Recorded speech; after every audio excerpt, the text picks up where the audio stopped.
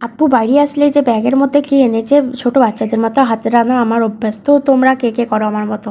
আর প্রত্যেকটা দিন কিছু না কিছু আনে আমাদের জন্য। তো যাই হোক, মানে বলেছিলাম 2 দিন আগে হরলিক্সের জায়গায় একটু হরলিক্স এনে দেবে, তো আনার পর দেখছি 1 প্যাকেট নয়, পুরো 5 প্যাকেট নিয়ে চলে এসছে। সত্যি আপুদের ভালোবাসাগুলো একটু বেশি হয় আমাদের থেকে, তাই না? একটা কথা কি, তারা কষ্টতে থাকলেও কখনোই বুঝতে দেবে না মেয়েদেরকে যে দিয়ে।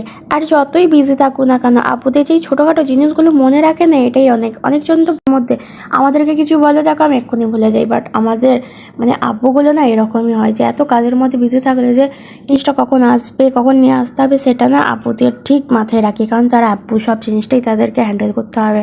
ওই জন্যই কথায় আছে না, আপু মাদের কখনোই তুলনা হয় না যে কোনো জিনিস দিক থেকেই। তো তারপরে মা বলছে এগুলো ঢেলে রেখে দিয়ে একটা বয়ামে, এমনিতেই শেষ হয়ে গেছে। আচ্ছা আচ্ছা, তা তুমি একটু কৌটোর মধ্যে ঢেলে রেখে দাও। আর ঢালা মাত্রই আমার বোনের তো মানে কি বলবো, মানে করবে। আর আমার বোন মানে শুকনো জিনিসটা 1 প্যাকেট মানে শেষ করে দেবে প্রত্যেক দিন, একটু একটু একটু করে। মানুষ দুধ দিয়ে খায়, বাট ও সেটা খাবে না। তো যাই হোক, তোমরা সবাই কেমন আছো? আশা করছি সবাই ভালো আছো।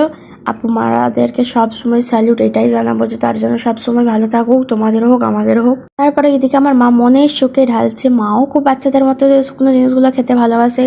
তো ভিডিওটা যারা লাস্ট পর্যন্ত দেখেছো তাদেরকে অসংখ্য ধন্যবাদ। টাটা।